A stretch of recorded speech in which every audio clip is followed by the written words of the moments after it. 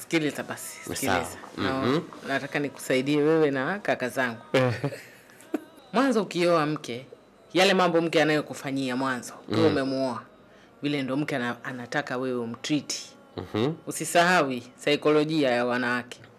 Mwanzo ukiwa umeanza naye mahusiano, vile anavukujali, anakuhangaikia, sio anakupikia, sio mara anakupikia shurba kitu gani. Vile ndo mwanamke anavotaka wewe umtreat. Vile anavyokufanyia wewe, ndivyo anavyopenda wewe umfanyie. Yaani wewe urudishe.